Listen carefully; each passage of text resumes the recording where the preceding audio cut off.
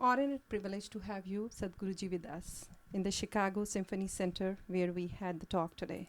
Your message was very loud and clear to the people of United States, and we, the people from the diaspora, do hold an obligation when we live here towards the world to make it more beautiful.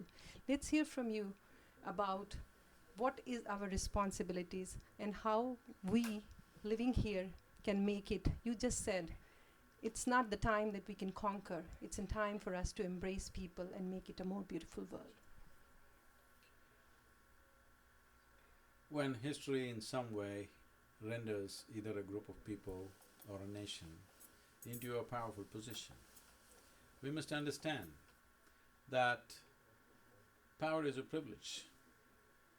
This is a privilege which has to be conducted with responsibility. When I say a privilege, if you're powerful, in whichever form, what it means is you have the ability to touch and transform lives around you, the world that you live in. Either you can use this power in a transformative way, or you can use this power in a destructive way. A time has come for United States because right now United States is not one of the superpowers as it used to be, it's become the supreme power in the world. Before another power rises and once again you will become insecure and because there are two big guns you can't keep your gun down. Now this went on for the last 50 years, now one gun is broken. This is the time to use this power for well-being, not for war. So as citizens of this nation, one thing that you must demand from the future leadership of this country is that they will not use the power of United States to wreck one more nation. They will not use the power of United States to open up another theater of war, for whatever reason. There are other ways to solve problems today. The world has changed, we need to understand it's only our mindset which has not changed, the world has changed dramatically. From the times of Cold War, which is a mindset from the graveyard of the past, this has to go. We must see that today we must use our power for well-being, not for war. So the people must demand an agenda rather than thinking whom should we elect. We must set an agenda because democracy means rule of the people. If this has to be properly come to play, if democracy has to come to play properly, it is very important that each individual citizen has a considered vote. What I watch in the United States right now is, it is like two tribes. There's a Republican tribe and there is a Democratic tribe. This is not a tribal warfare. Democracy means each individual must have a considered vote every time. If you have a committed vote, then you have destroyed democracy. You brought in feudalism through democratic garb. So this is a time when people of United States should clearly say, these are the things that we want, not 1,000 things. 3 fundamental things, what you should do with this country, how it would exercise the leverage and the power of this nation has right now in the world, and we should not open more theaters of war because we have seen these things happening in the past. When I read the world's history, when I see what happened during World War II, when Adolf Hitler did whatever terrible things that he did, my thought was always, even as a child, how did people of the time allow this to happen? The same question people will ask in future, how these people of 21st century allowed these things to happen.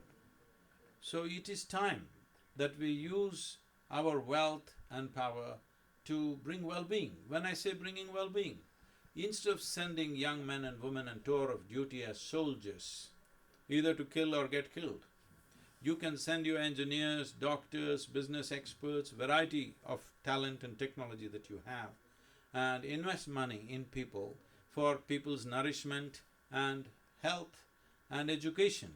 You will develop a huge talent across the world and there will be a tremendous loyalty towards United States. You must understand this nation has been built on importing high-level talent from across the world. Why don't you cultivate the talent? I'm saying to educate all the impoverished children from all the impoverished societies in the world, it takes approximately $12 to $15 billion a year. If you invest this for 20 years, you have a huge crop of people who will have enormous loyalty. Above all, the world will look up to you. World need not fear you.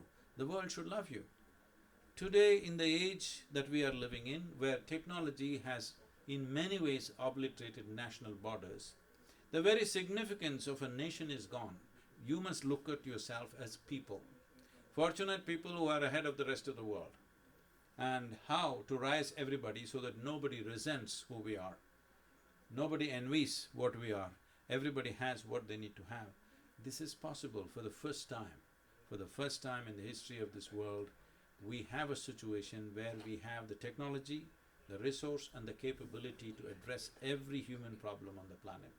Do we have the inclusive consciousness in us to make it happen? United States should lead because it is in leadership position. Everybody is looking up to you. When they look up to you, you must do the right things. It's important that this is established. For this to happen, a certain shift in consciousness need to happen in the leadership. It is my wish and my blessing that the leadership in the United States will invest certain time about themselves. It's not about fixing the world, because you will not do anything to the world that you're not doing to yourself. If you don't understand how to keep yourself in the best condition, how will you keep the world in the best possible condition? It is my wish and my blessing. The leadership, the future leadership of the United States must come to this level of inclusiveness within themselves, that they must embrace the world, not try to conquer it. This is an agenda that the people of United States should set. You may ask as an individual person, what can I do? You are no more in that position as you were 25, 30 years ago. Today you can communicate with the future president. There is enough capability, technology to communicate. All of you should communicate and say, these are the things that we want. Because this democracy means rule of the people.